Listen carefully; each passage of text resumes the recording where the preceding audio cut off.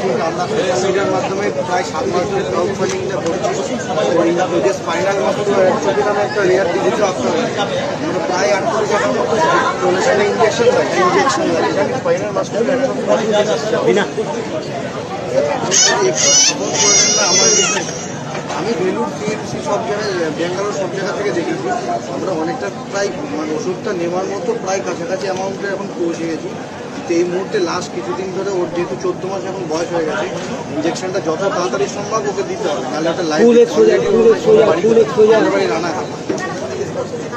আমার phone number fund collection করছে already প্রায় 6-7 কোটি টাকা। আমার প্রায় 7 কোটি 80 ইঞ্জেকশনটা ওটা তো দিলেও যে 100% কিউরেবল তার তো কোনো, বাট ওটাই একমাত্র মেডিসিন যেটা লাইফ রিস্কটা কমে যায়। মানে আমি যোগাযোগ করে ব্যবস্থা করছি। তোমরা রিমান্ড থেকে আমি ব্যাঙ্গালোর যেসব হসপিটাল থেকে ওকে ইঞ্জেকশনটা অনেক আরও বাচ্চা আগের যারা পেয়েছে তার সেসব হসপিটালে আমি গেছি। এখনো তো অনেক যেসব বাচ্চারা ইঞ্জেকশন পেয়েছে, এরকম অনেক বাচ্চা বাবার সাথে কথা বলি, সেগুলো আউট অফ স্টেট, আমাদের স্টেটের নয়।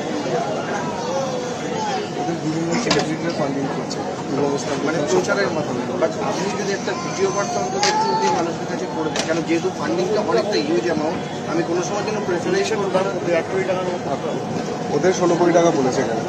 আমাদের 8 কোটি টাকা ব্যাঙ্গালোরে বললেই তো ওটা 8 কোটি 70 লাখ টাকা বলেছে না। অ্যাকচুয়ালি ওটা মানে এক ইনস্টলমেন্টে দিতে হয়। ফার্স্ট ইনস্টলমেন্টে $1 মিলিয়ন হলে পরে ওরা দিয়ে দেয়, যেটা যা ইন্ডিয়ান কারেন্সিতে যা ভ্যালু থাকতে পারে। তো এখন অবধি আমাদের যা ভ্যালু আছে ধরুন, আর যেটাতে আমরা ইন্টারভিউর মাধ্যমে করছি তো ওটারও কিছু চার্জ আছে, ওগুলো থাকবে। তো কেটে আমরা টোটাল ফান্ডিং প্রায় 9 কোটি টাকা কি 9 কোটি 30 লক্ষ টাকাও যদি জোগাড় করতে পারি তাহলে ও ইঞ্জেকশনটা পেয়ে যাবে এবং ওদের চার্জটা যা আছে সেগুলো কেটে দিতে হবে।